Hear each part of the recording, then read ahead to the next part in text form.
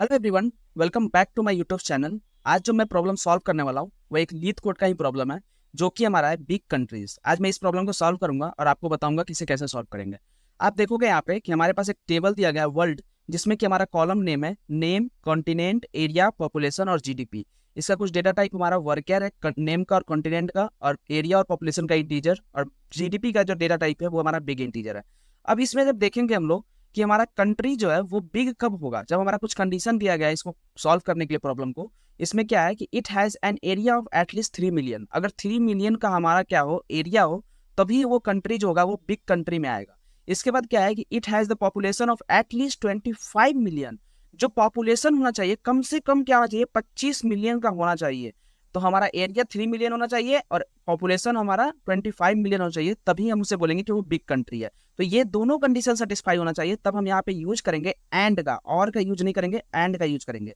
तो मैं यहाँ पे क्या करूंगा, सिंपली यहाँ पे देखोगे कि इनपुट और आउटपुट टेबल जो है वो दिया हुआ है, और यहाँ पे हमें कुछ नहीं लिखना है। हमें लिखना क्या है, write a solution to find the name, population and area of a big country. हमें 3 कॉलम भी प्रिंट करवाना है, नेम, पॉपुलेशन एंड एरिया।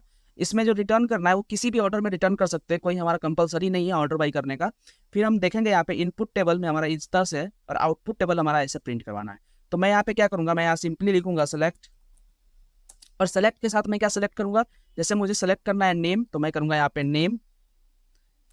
फिर यहाँ पे करेंगे हम लोग पॉपुलेशन, जो पॉपुलेशन हमारा यहाँ प्रिंट करना है तो पॉपुलेशन। फिर हमें क्या करना है, यहाँ पे एरिया प्रिंट करना है तो हम एरिया।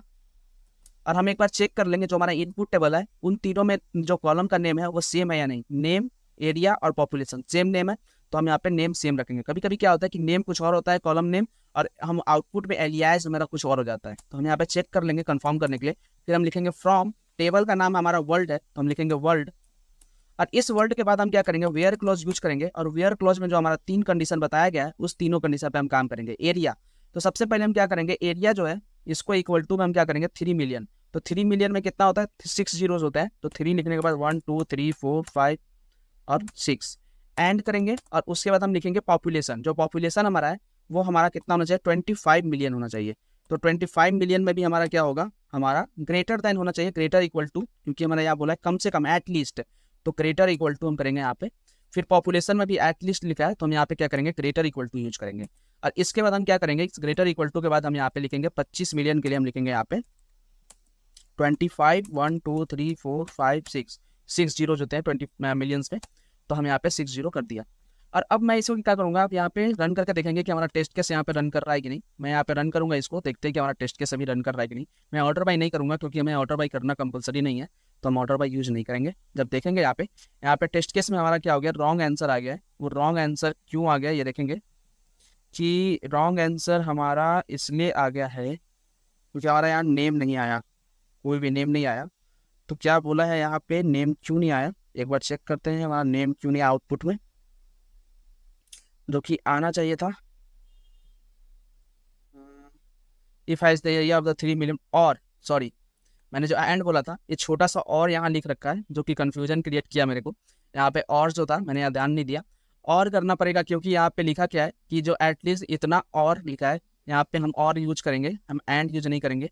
और यूज करने के बाद जब मैं रन करूंगा इसको दोबारा से, तो आप देखोगे यहाँ पे टेस्ट केस यहाँ पे रन होगा, और टेस्ट केस रन होने के बाद हम देखते हैं कि हमारा आंसर एक्सेप्ट होता है कि नहीं।